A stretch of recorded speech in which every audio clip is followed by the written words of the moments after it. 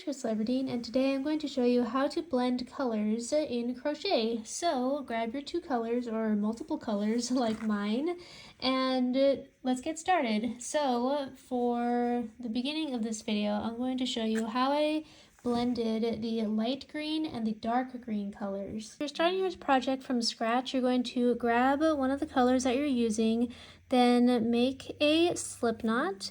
Then from there, you're going to chain however many chains you need for your project. For this video, I'm only going to chain a little bit because this is just going to be a little example of what to do to blend the two colors together, but make as many as you need for your project. So after you're done making your chain, you can go back on that chain with whatever stitch you like, but preferably half double crochet and bigger, because any smaller than that, you're going to have a little bit of trouble blending the two colors together since the stitch is going to be too tight. So I'm using a half double crochet, and a half double crochet is yarn over through the stitch, yarn over back through the stitch, yarn over through the last 3 loops left on your hook. Again, yarn over through the stitch, yarn over back through the stitch, yarn over through the last 3 loops left on your hook, yarn over through the stitch, yarn over back through the stitch, yarn over through all 3 loops, yarn over through the stitch, yarn over back through the stitch, yarn over through all 3 loops. And I'm going into every single chain that I created.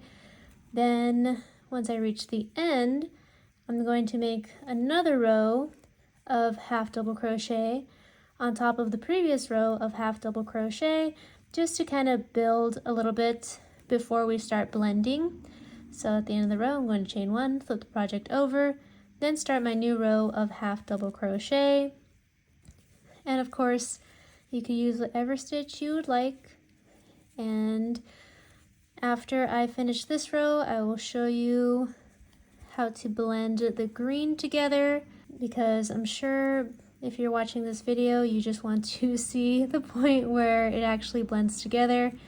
But I just wanted to show you from the very beginning what it would look like in contrast to just making the solid color. So now that I'm at the end of the row here, I'm going to integrate the new color. So before I chain 1 and flip the project over, I'm going to add the second color. So I'm going to add my dark green.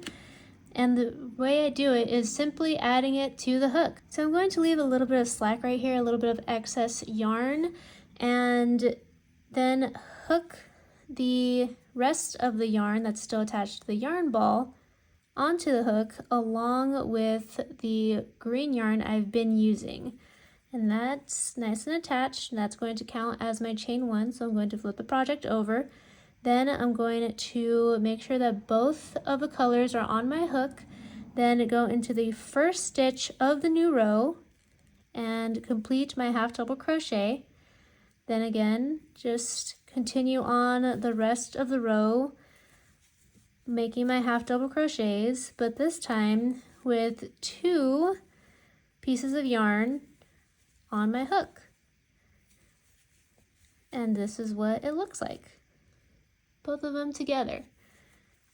Now, if you want the consistency of your project to stay the same, then I would suggest that you actually start off with 2 pieces of yarn, but that are the same color. So it would be 2 pieces of the light green yarn for these rows that I made.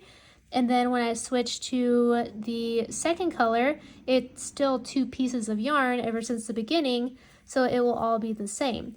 But since I started off with only 1 piece of yarn on my hook for the first 2 rows right here, this is a little bit thinner than this part of the project. So that is an option. To me, it doesn't really make that much of a difference, so that's why I decided not to get 2 pieces of the same colored yarn for the project, and I'm totally okay with this portion of the project being thicker than the rest. So every time I blend the 2 together, it's just going to be a little bit thicker than the rest of the project. Now, after I complete this row, I think that is enough blending, a good transition between the 2. So I'm going to make sure that I go into every stitch And then I would cut the green yarn from the yarn ball because we're done with that color, but I'm going to save it since I'm going to just unravel this little example project. So imagine me cutting this yarn from the yarn ball because I'm no longer going to use it, and just keeping the new color, which is the dark green. So I'm going to chain one, flip the project over, and then continue on the rest of the project with just the dark green. So now it looks like there is a nice little transition between the light green and the dark green colors, in between the light green and the dark green, instead of it just being a stark contrast and a harsh line of the light green and the dark green. There's this little transition area in between the two. And yeah, so then I would just continue on with my new color until I am satisfied, and then I could either add a new color or just continue on with the same color, whatever your project entails. But I'm just going to make another row of half double crochet with the dark green, and then I could just show you what it looks like with 2 rows of light green, 2 rows of combined light green and dark green, and then 2 rows of just the dark green. And yeah, so I'm finishing up this row right here, and this is what the project looks like. So we have that light green, that transition, and then the dark green. And like I said, you could do this with any color.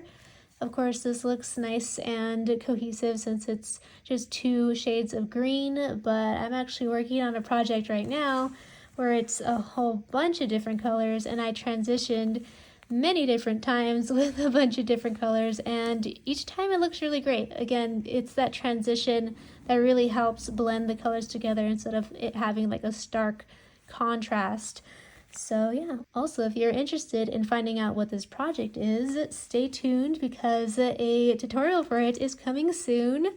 But yeah, that is how you blend 2 colors in crochet. I hope you enjoyed this video, found it interesting, entertaining, or helpful, and if you did, please get a big thumbs up before you go, and check out the rest of my channel. I have so many crochet videos for you, ranging from beginner-friendly tutorials, crochet with me, crochet ideas, and so many more. Also follow me on Instagram and TikTok, both are at Krystal Everdeen. Believe me, it's a fun time, and I would love to see you there. Thank you again for watching, and don't forget to click that red subscribe button if you have not already, so I can see you next time. Bye! And have a magical day.